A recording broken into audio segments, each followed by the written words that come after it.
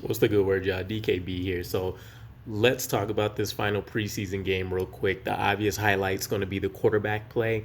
Mike White might have potentially saved his job, but the essence of this entire conversation is the preseason legend, Chris Streveler, and what he's been able to do stringing together 3 games where he's the main reason why we've been able to go undefeated during the preseason. 3 comeback wins is crazy, let alone the fact that he's operating this offense at a high level. Even though he's coming in as the third or technically fourth string guy, he's going out there and he's making it look like it's a first string offense against a lot of these defenses he's playing. And the fact that he's been clutch only helps his resume that's being built. So it got me thinking.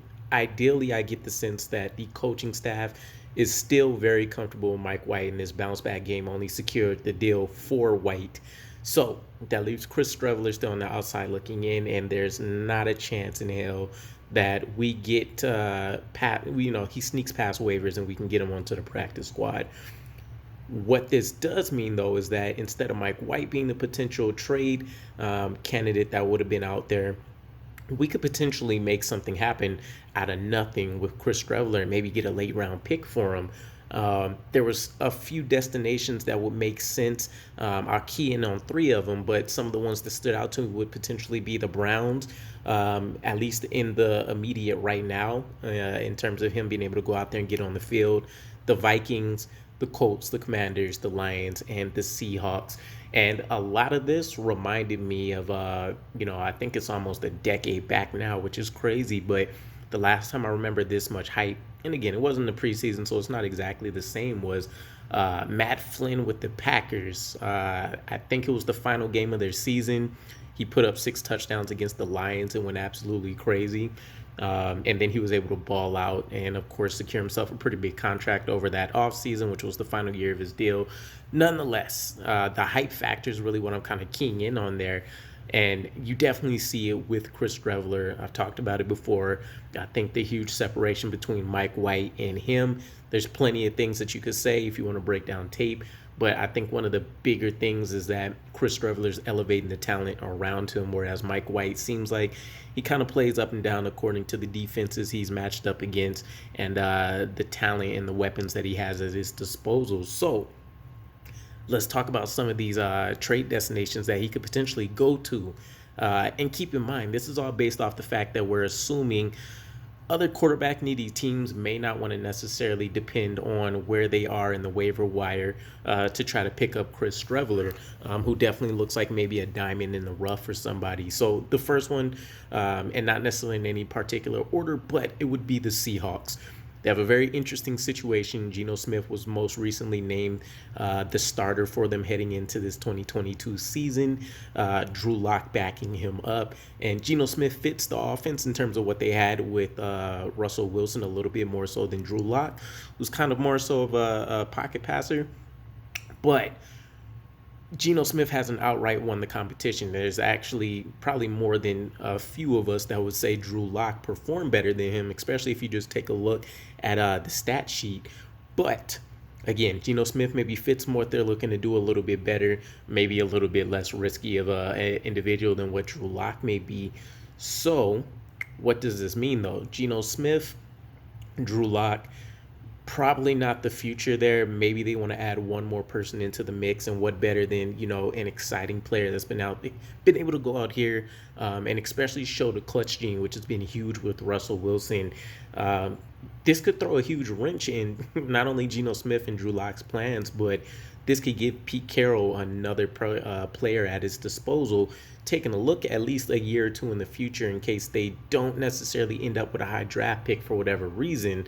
They have a player that looks like he could be a true developmental talent at their hands. We've had previous dealings with them. Jamal Adams, obviously a very lopsided trade.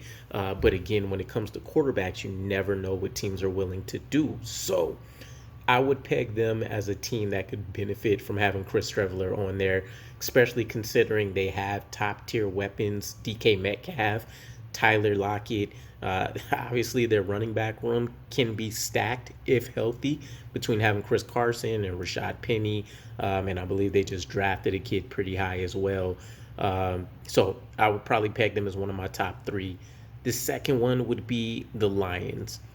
Jared Goff is the starter, and I think he will actually have a pretty spectacular season, especially once he can get their top wide receiver that's still recovering from the ACL that they just drafted at their disposal. But it, you get the sense, even though they didn't spend a high draft pick last season, that they may not be 100% all in on Jared Goff. They did do everything they could to give him, some of the best weaponry he'll be able to find this season.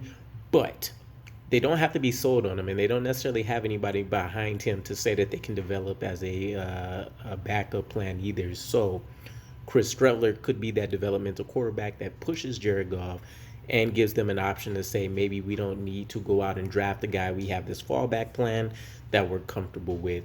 And then I guess one of the final things would probably be, I really want to say the Colts and Matt Ryan, but I'm kind of leaning towards the Vikings and Kirk Cousins. Kirk Cousins has been absolutely dominating them in free agency. He pulled off one of the first fully guaranteed contracts with the Vikings.